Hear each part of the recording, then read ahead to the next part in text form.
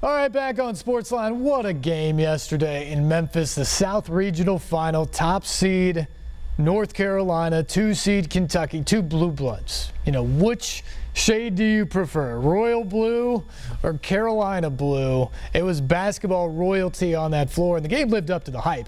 Unfortunately for Kentucky, they had foul issues in the first half. They never really got going there, but they were only down 5 at the break. They battled back in the second half, took the lead.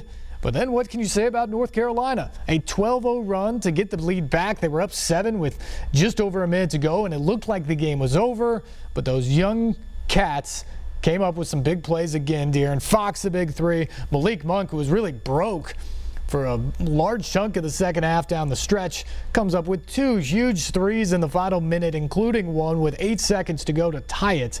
But then, interesting strategy right there. John Calipari does not call timeout after making the bucket to tie it.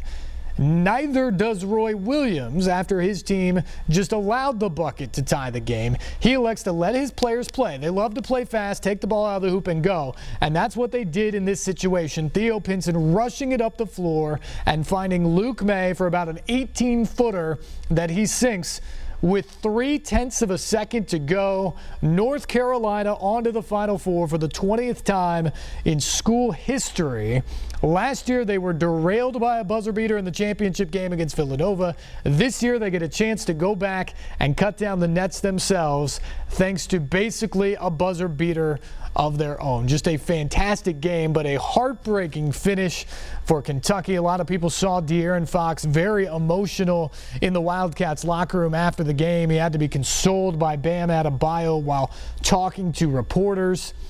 Other Kentucky players at the podium with John Calipari after the game yesterday.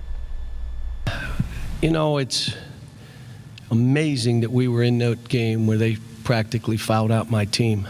Amazing that we had a chance. So proud of how these guys fought. So proud of Isaac. Can you imagine his first real opportunity to do this was in this game, and he performed? Amazing. 5 minutes to go. I told the staff in the huddle, they're going to go zone. Some guys argued. I said, they're going to go zone. And we did not quite execute. We weren't in the spots we were supposed to be in. And it kind of started from there. But they never stopped. And they only, you know, when I told them, they got to self-reflect because we made some plays. Some individuals made some plays down the stretch like, what were you thinking? But young kids, and the second thing is I got to look at myself. When that 3 went in and it tied the game, I probably should have called a timeout. It entered my mind, but they got that son of a B in so quick I couldn't get to anybody to do it. But I needed to stop that right there. Somebody said, well, what happened? I said, I don't know, and I probably will never know because I won't watch this tape. And I never watched the last tape of the season, so watched enough tapes all year. Watched 1,000 tapes. I'm not watching 1,001. But hats off to Carolina. What a great team, well coached. Roy deserves to be there. They outplayed us, but I am proud of these guys, really am. Okay, questions for our student athletes. Standing up on the left here to start. Josh McKinney, WYMT in Hazard. Isaac, can you talk about your performance today? What was clicking well for you? And then Dominique, can you just talk about Isaac's performance and how that impacted you all with the foul trouble that Coach alluded to? We were obviously really excited to play this game, so I was in the mindset of just coming out and doing whatever I could to help my team. And I was given a great opportunity, and I just wanted to take advantage of it. Yeah, and we know how good Isaac is. In practice, he shoots the lights out. We have a drill where we shoot for 5 minutes, and he makes at least 80 shots. And for him to step up in that moment, I'm proud of him, and I knew that he had it in him.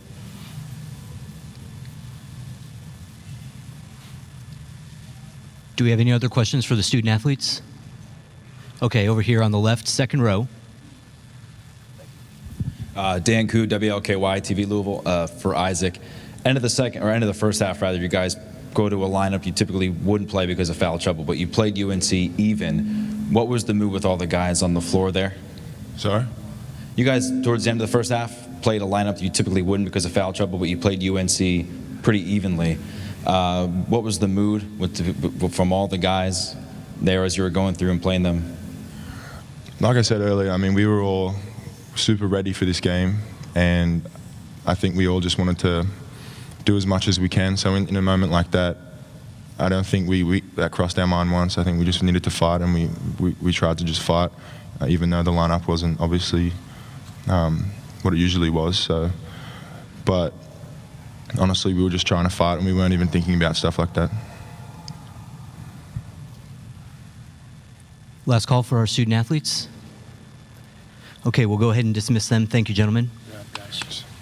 Great job, Isaac. And we will now continue on with questions for Coach. Okay, we'll start here, back row, right in the middle.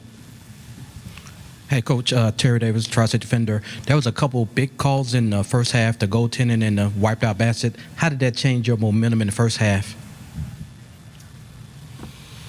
I'll come back to this. There were a lot of stuff that went on, and our kids fought through it. And I told them at halftime, it is what it is.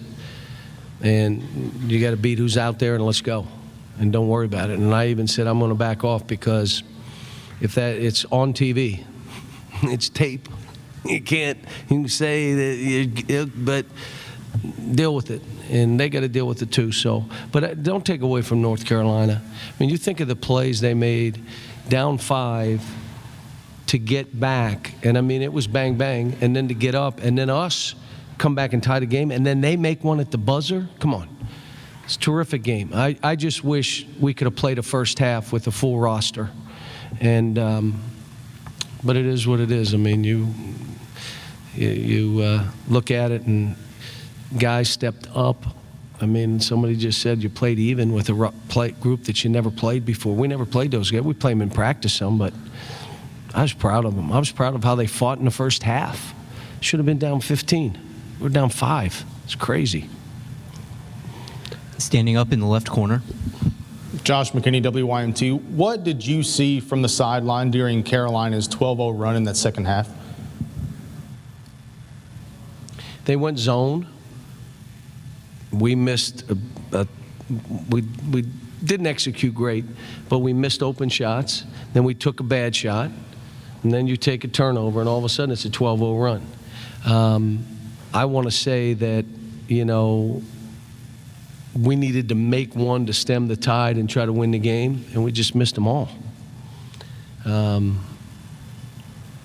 how about the game was tied up? What were we on, a 6-0 run at the end? What were they seeing? I mean, these were two teams just slugging at each other. Anything else for Coach today? Thanks, guys. Okay, with no more questions, we'll go ahead and dismiss Coach. Thank you very much. John Calipari, after the game yesterday, Kentucky going down in a heartbreaker, another fantastic season. He keeps putting together great teams up there, but only one national championship in his time at Kentucky, or his time throughout his entire career at this point. Dana Ford, Tennessee State head coach, our guest analyst last night on the Electric Power Company's Sunday Sports Central, and he was with John to help break down that game and those closing seconds between the Wildcats and Tar Heels. Time for a Nissan bracket breakdown, and to help us break this all down, we bring in a very special guest analyst, Tennessee State men's basketball coach Dana Ford. Coach, always good to see you. Great to be here. We just saw the emotion boil over in the Kentucky locker room with the players. You've been there before. When you come so far but still come up a little short, it is a tough pill to swallow, isn't it? Very tough. And these kids, they pour their heart and soul into the season, and into a game. And to be a player at Kentucky, we're expected to win the national championship every year. That's a tough way to go out. But an incredible game between North Carolina and Kentucky. All right, so Monk hits the shot late to tie it. And Roy Williams has a timeout in his back pocket, but he elects his players to play it out, and they end up getting the game-winning shot. I guess when you recruit the kind of players that Roy Williams does, you can do that, right? Well, most of the time when you're the coach who gets scored on and you have the ball, you don't call a timeout. You don't want the defense to get set. You want to try to get it out as fast as you can, push it up so you get a good, clean look at the basket. John Calipari, on the other hand, did have a timeout, and as a coach, sometimes it's a bang-bang situation where sometimes you can get the timeout, sometimes you can't, but typically when you score that basket, you want to get your defense set. The best way to do that is by calling a timeout. Two blue blood programs, two Hall of Fame coaches, but only one team moves on. The North Carolina Tar Heels, their 20th Final Four appearance. Incredible finish, and you heard John Calipari admit as much, that he should have taken a time out there to get his team set. He did not. Luke May is the hero for North Carolina, sending the Tar Heels to the Final Four. So Kentucky is done, but two other SEC teams were into the Elite Eight, and they played each other in the East Regional Final in New York. South Carolina and Florida. The Gators got up to a 7-point halftime lead. South Carolina struggled a bit offensively, but as they have done in this entire tournament, they turned it on in the second half, and the offense showed up for them. Sindarius Thornwell has been a beast in this tournament, averaging 26 points and 8 rebounds a game. He had 26 and 7 yesterday against Florida. He was outstanding. P.J. Dozier was outstanding. Mike Kotsar was outstanding. Dwayne Notice came up big down the stretch. This is a team that has long been really good defensively and rebounding for Frank Martin. But in this tournament, they're averaging better than 70 points a game.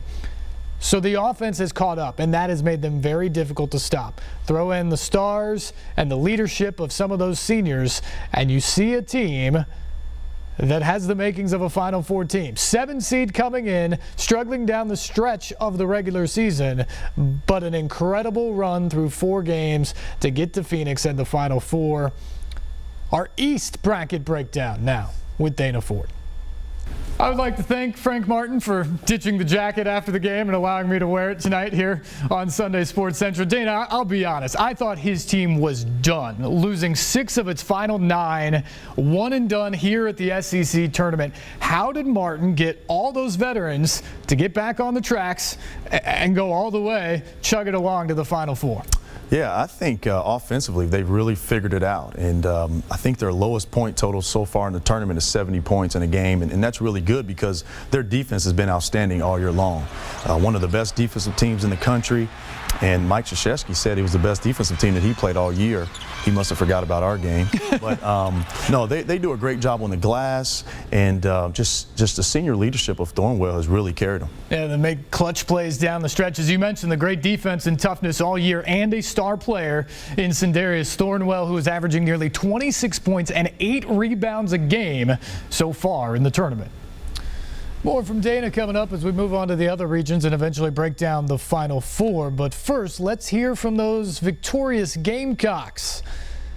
Frank Martin, Sindarius Thornwell, P.J. Dozier, and Mike Kotsar after the Gamecocks knocked off an SEC foe, Florida, in the East Regional Final, not the SEC tournament, just felt like it this weekend, in the East Regional Final to move on to the first Final Four in school history.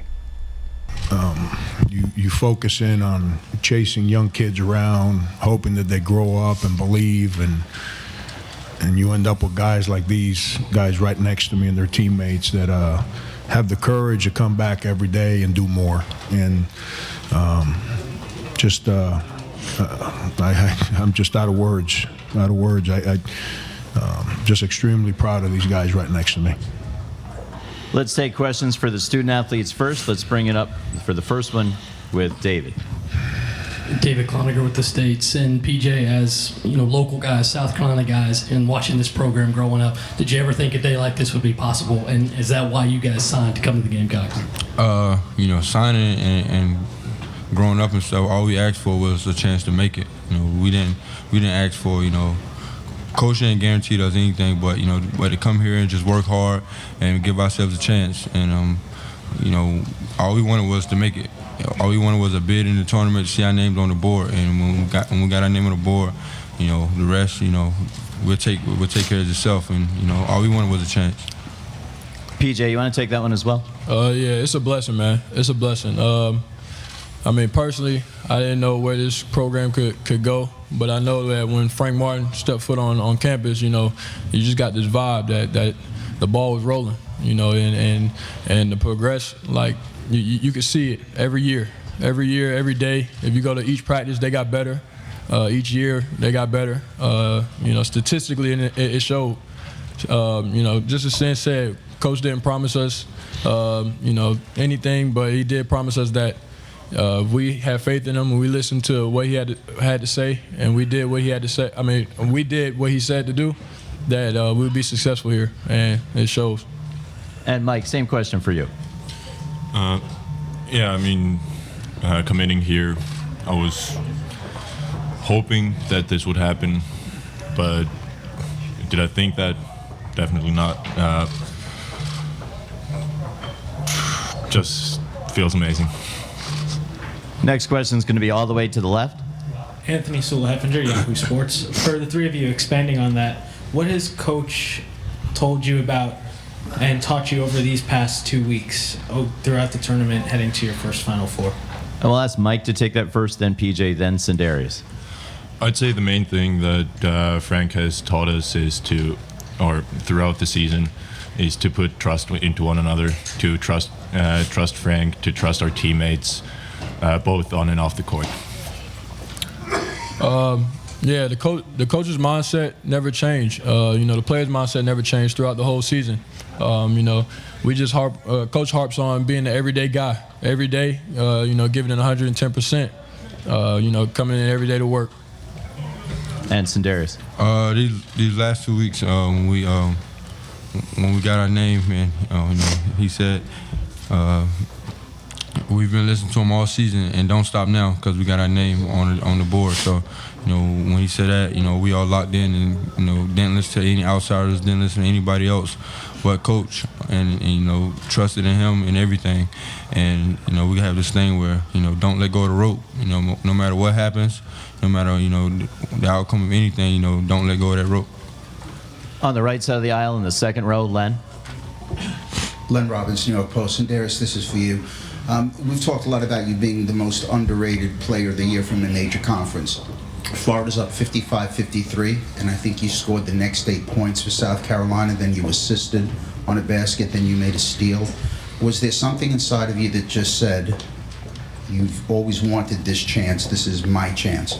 No, I just made plays. I was just in a situation where I just made plays. I feel like our team is the most underrated team in the country, outside of me, but our team is the most underrated team as a whole. But, I just feel like, plays need to be made down the stretch, and, I stepped up and was in a situation where, I was able to make the plays. In the center of the section, to the right. WLTX, you guys talked about trust. There was a particular play that stood out to me. Sindarius, you passed the ball to Coach Sarr. Guys put you up 69-65. Just talk about that trust, the trust Coach Sarr in that moment, how that play developed, and PJ even seeing that play, was that kind of a microcosm of trust this year, or describe that play?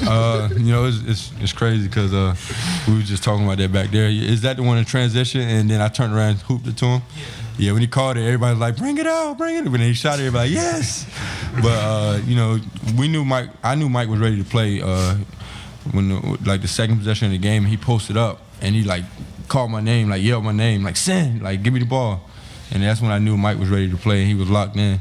And, he made plays for us all night. And, he was prepared for the moment.